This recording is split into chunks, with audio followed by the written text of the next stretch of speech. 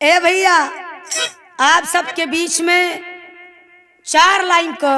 वाह बढ़िया से अहिरउआ प्रस्तुत बा। अरे वाह यही अहिरउआ में हाँ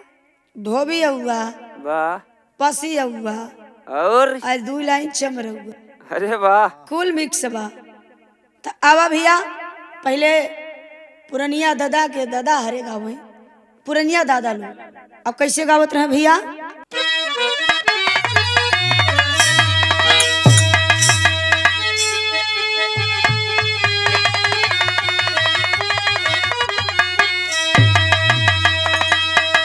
लड़की का विदाई होत बा वाह और लड़की वो समय अपने भौजाई से कहत बा। आहा, का कहत बा भैया, कहा रे गवने कई दौरी भीतर धरा ये मोर भौजी,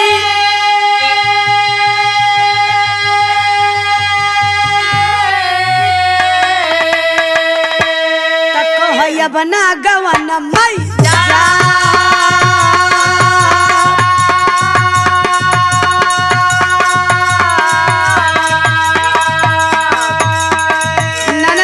बाया भौजी हम जाई बोईब ना पुरनिया दादा गाय की बतावे अब कहे का कन्हैया हीरा बसिया का बजा। ए भैया, भगवान कन्हैया जब गावे पुरनिया दादा लोग बतावे ले, अरे कन्हैया हीरा बसिया के बजा,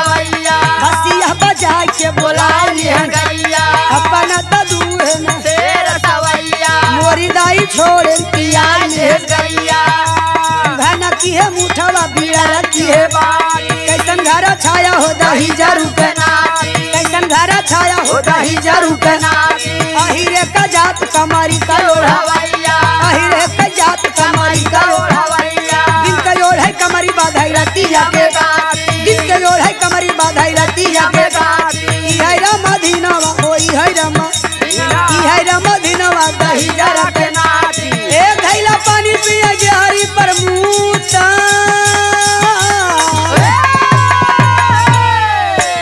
ए धैला पानी पिया के हरी पर मूता, ऐसे करे दिन के भवानी नहीं लूटा, ऐसे करे दिन के भवानी नहीं लूटा, ऐसे करे दिन के भवानी नहीं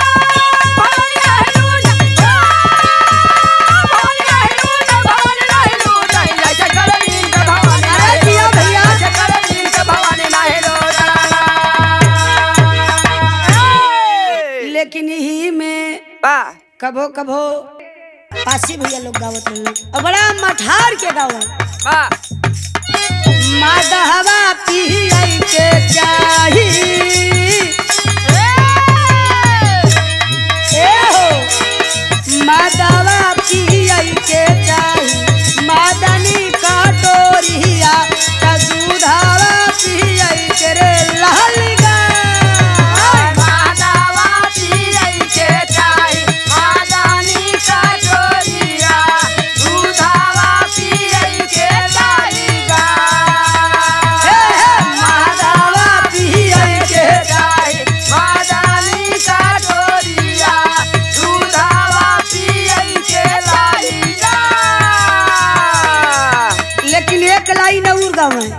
अब कहे का